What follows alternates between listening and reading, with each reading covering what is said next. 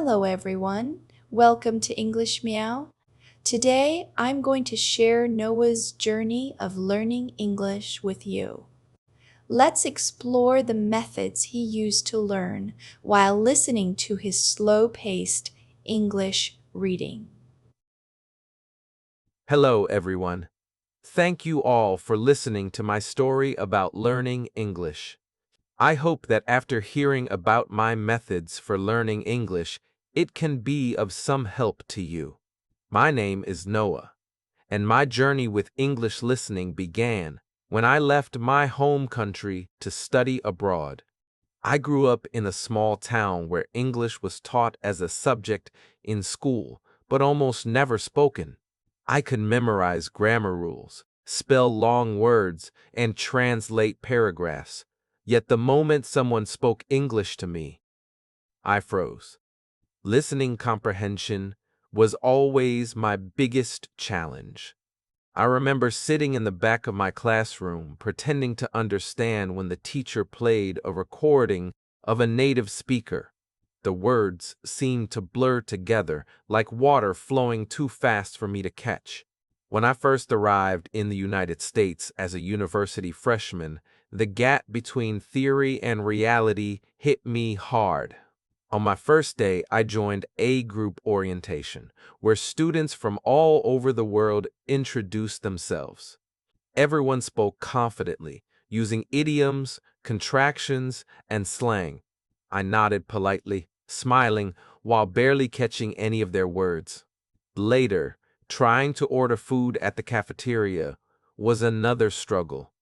The cashier spoke quickly, and my mind went blank. I knew many of the words individually, but understanding them in a flowing sentence felt impossible. That night, I felt frustrated and isolated, questioning whether I could ever adapt. Determined not to give up, I started building a structured approach to improve my listening. I dedicated at least 1 hour every day to English audio materials. At first, I chose beginner podcasts that spoke slowly and clearly, focusing on daily life topics. I listened while walking across campus, during breakfast, and before going to bed. I also used subtitles at first, then gradually removed them. I realized that repetition was key. Listening to the same episode multiple times helped me recognize the sounds of words and internalize the rhythm of English. One breakthrough moment occurred when I joined a student-led conversation club. At first, I barely spoke, intimidated by everyone's fluency. Listening alone was exhausting. I felt like my brain was constantly working overtime, but each session helped me adapt to different accents and speaking speeds. I started recognizing words I had only learned on paper and began to grasp the main ideas of conversations, even if I didn't understand every detail. These sessions taught me the invaluable lesson that comprehension does not require perfection. It requires attention, patience, and context. Travel also played a crucial role in my improvement. During a winter break, I visited New York City. The city was loud, fast, and full of English spoken in countless accents. I took the subway alone and navigated crowded streets, listening to announcements and street directions. Initially, I struggled to understand train schedules, but after repeating the trip several times, I could follow the instructions with ease. That trip gave me a tangible sense of achievement. I realized that my efforts over months of listening practice had started paying off in real life. After returning from New York, I decided to immerse myself more deeply in English. I realized that passive listening, simply hearing words, was not enough. I needed active engagement. I began keeping a listening journal, where I wrote down new expressions, phrasal verbs, and idioms I encountered. Whenever I heard a word or phrase repeatedly, I would note it, look up its meaning, and practice using it in sentences. This habit connected listening with active understanding, helping me internalize both pronunciation and meaning. I also started watching TV shows and YouTube channels in English. Initially, I needed subtitles in English, not my native language, to follow along. I chose series with everyday dialogue, like sitcoms and lifestyle channels, because their language was closer to real-life conversation. I would pause, rewind, and repeat scenes to catch phrases I missed. Sometimes I repeated lines aloud, practicing pronunciation and rhythm. These repetitions were tiring, but slowly I began to notice that I could understand more without pausing. The fast, natural speech that had once seemed impossible now started to make sense. Another turning point came when I made friends with native English speakers. At first, I was nervous. Talking with them in real time felt intimidating. They spoke quickly, used slang, and jumped between topics. I often missed parts of what they said. But instead of withdrawing, I asked them politely to repeat or clarify. Phrases like, "Could you say that again, please?" or "I didn't catch that. Can you explain?" became my tools. Most people were patient and encouraging, and gradually I noticed that I could follow more of the conversation each time. Social interaction became one of my most effective learning methods. Music became another key tool. I started listening to English songs while commuting or exercising. At first, the lyrics were hard to follow, but by reading them while listening, I began to recognize patterns and common expressions. Eventually, I could sing along, which not only improved my listening, but also my speaking and pronunciation. Music made the learning process enjoyable, reminding me that listening improvement can be both educational and fun. Despite progress, challenges remained. During group discussions in my courses, some students spoke so fast that I could only catch fragments. Sometimes I misunderstood instructions or missed important details. In these moments, frustration threatened to demotivate me, but I learned to focus on what I did understand and to use context clues to infer meaning. I realized that listening is not about understanding every single word. It is about grasping the overall message. This mindset reduced my anxiety and allowed me to participate more confidently. Through these experiences, I noticed that my confidence was growing along with my listening skills. I no longer avoided situations where English was spoken. Instead, I approached them with curiosity and determination. Each conversation, each podcast, each video was an opportunity to improve. I began to view every interaction as practice, and every mistake as a learning opportunity rather than a failure. By my third year at university, my English listening skills had improved significantly, but I still faced challenges, especially in academic settings. Lectures were fast. Professors used specialized terminology, and classmates often discussed topics at a rapid pace. At first, I struggled to take notes while listening. I missed key points, and my understanding felt fragmented. Determined to overcome this, I began preparing before lectures. I read the assigned materials, watched related videos in English, and predicted the vocabulary that might appear.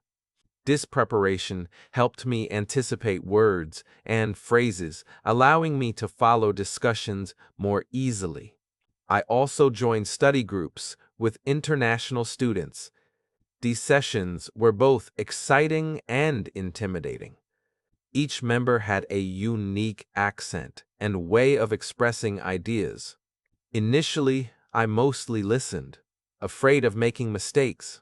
But gradually, I started contributing, asking questions, and sharing my thoughts.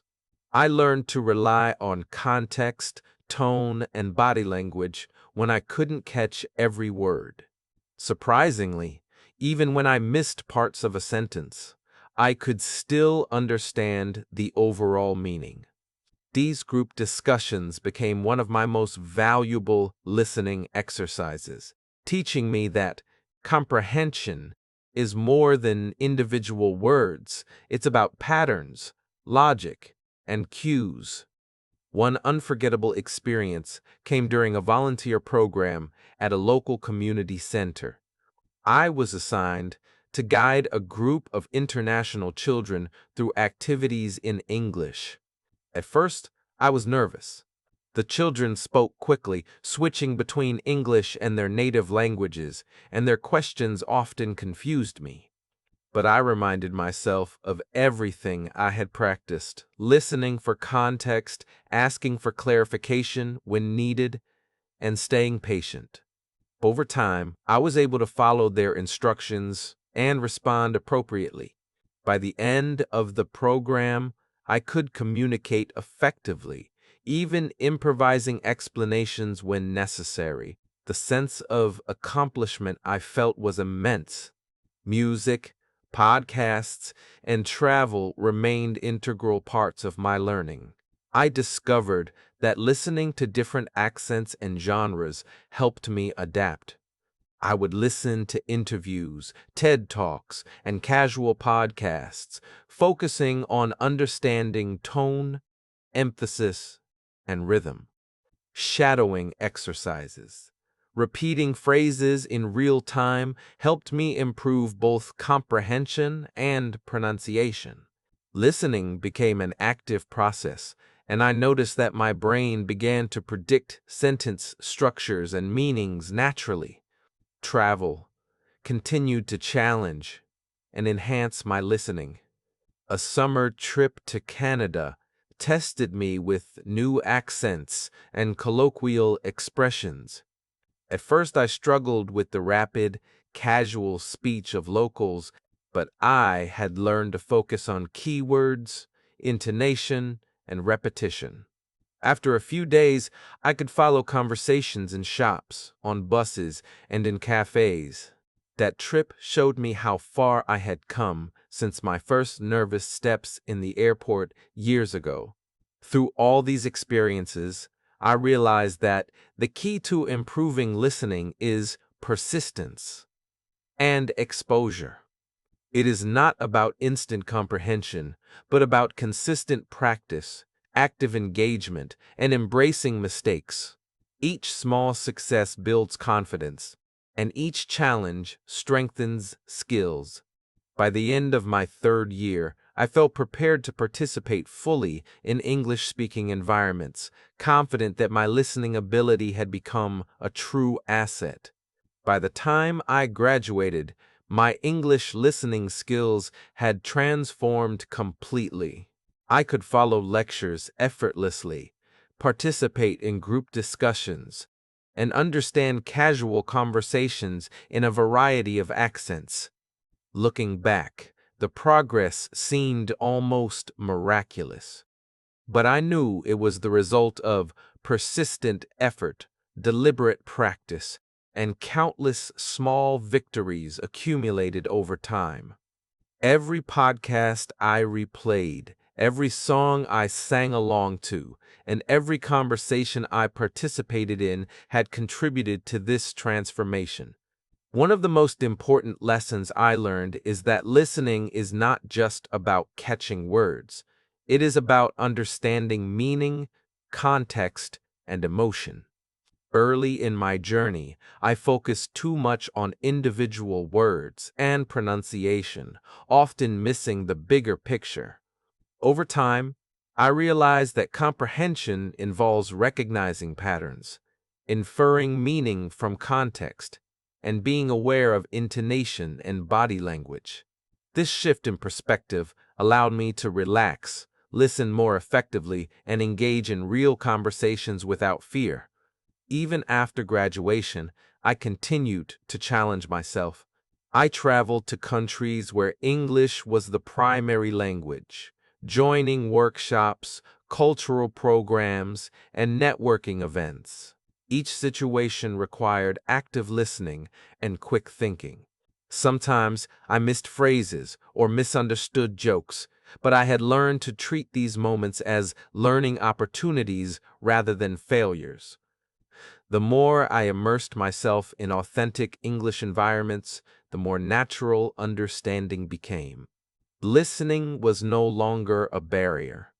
It had become a bridge to new experiences, friendships, and professional opportunities.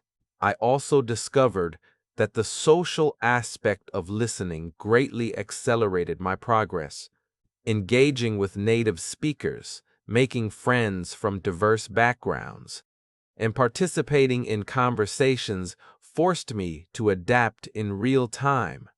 I learned to ask for clarification politely, to rely on gestures and facial expressions, and to focus on the overall message rather than individual words. These strategies made listening less intimidating and more interactive. Music and media continued to play a role.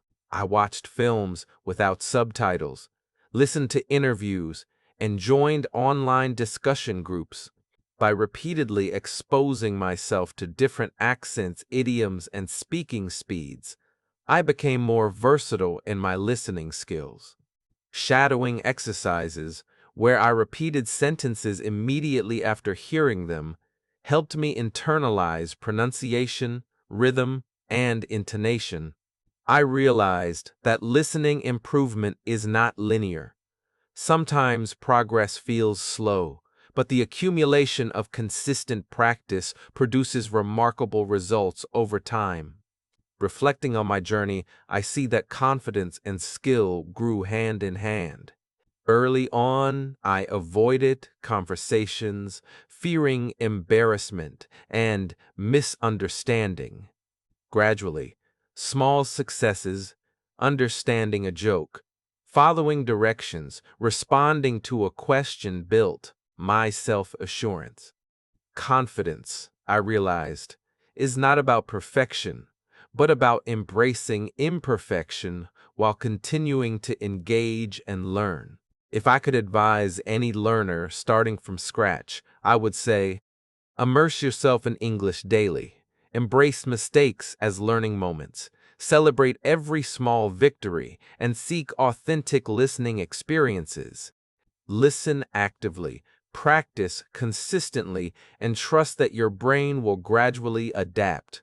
English listening has given me far more than language skills. It has opened doors to cultures, friendships, and opportunities I never imagined. Through persistence and patience, what once felt impossible can become a natural, rewarding part of life. Thank you, everyone, for coming to listen to Noah's experience of learning English today. I hope that after hearing his learning journey, it will be helpful for your own English studies. But please remember, no matter what, never stop learning. One day you will see a unique version of yourself.